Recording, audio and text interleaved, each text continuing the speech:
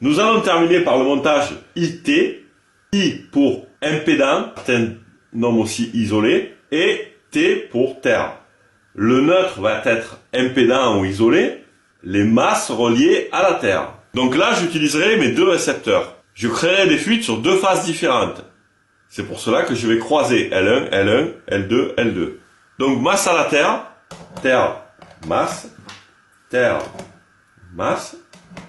Le neutre doit être relié à la terre via un contrôleur permanent d'isolement, les CPI, qui normalement est en parallèle aussi avec un éclateur, un parasurtenseur communément appelé cardio. Donc neutre au CPI, terre au CPI, le différentiel n'est pas utilisé, phase 1 sur L1, phase 1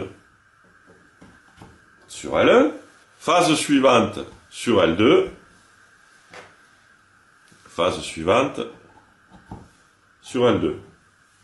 Mis sous tension, les deux récepteurs s'allument. Je crée une fuite sur ce récepteur. Alarme au niveau du CPI et voyant lumineux. Je crée une fuite sur ce récepteur. Alarme au niveau du CPI et voyant lumineux. Dans la réalité, il y a une mémorisation des alarmes. Au premier défaut, aucun risque. La Terre n'est plus référencée au neutre, mais à la phase en défaut. Nous le vérifierons juste après. Commençons par regarder ce qui se produit lorsque je crée deux fuites simultanées sur deux phases différentes. Déclenchement en court-circuit. Pourquoi? J'ai réalisé un court-circuit entre L2 et L1 via la Terre, ce qui est très dangereux. Parce que ces fuites via la Terre passent entre deux carcasses.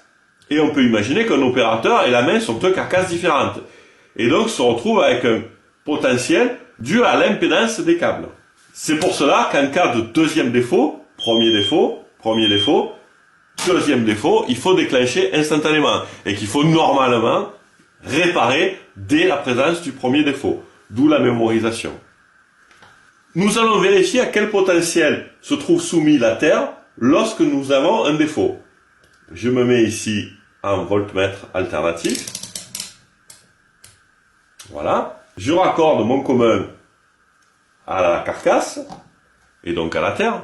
Et maintenant, la borne tension au neutre.